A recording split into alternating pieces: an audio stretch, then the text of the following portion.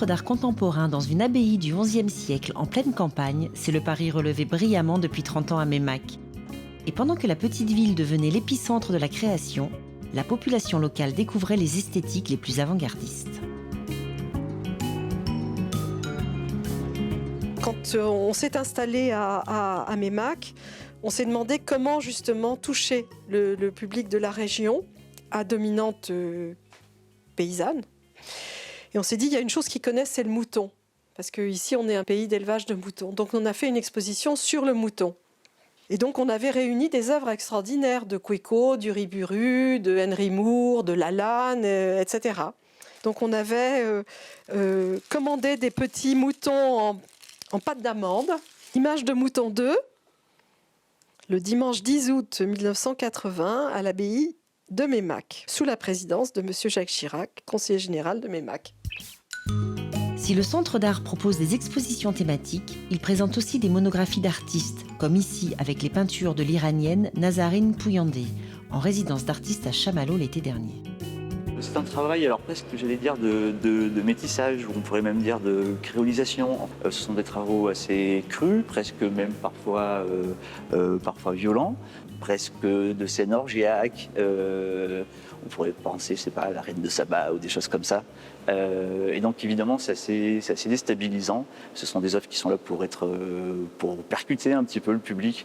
C'est-à-dire, je pense que si les gens viennent, si la population nous a véritablement acceptés, avant d'accepter les créations mêmes, ils nous ont acceptés nous-mêmes.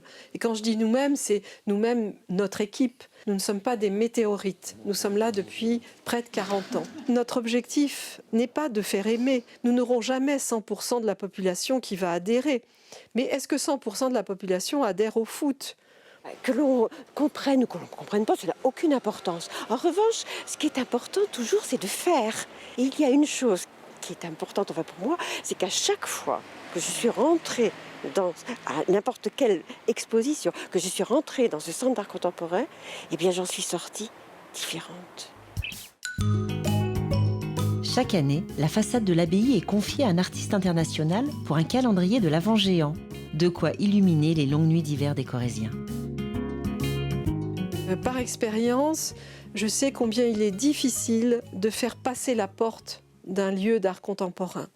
Donc l'idée était de comment toucher la population sans la contraindre, quelque part, à passer la porte, donc à être sur l'extérieur. Cette année, c'est l'artiste Patrick Rimou, corésien d'origine et travaillant entre Paris et San Francisco, qui a imaginé le calendrier de l'Avent en lien direct avec l'histoire du lieu. Cette abbaye, elle a été construite en 1085. Je suis parti de cet élément-là et donc de travailler autour d'un ciel étoilé parce que c'est une des parties de mon médium. Je suis sculpteur lumière. Je travaille très souvent la lumière sur les bâtiments.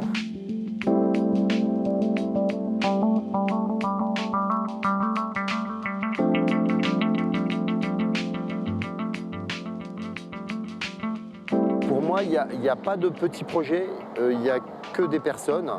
Et parfois, quand je fais la Grande Place de Bruxelles, il y a 1,5 million de personnes. Mais là, si j'ai 2000 Meymacois qui voient et que ça leur plaît, ça me fait autant plaisir.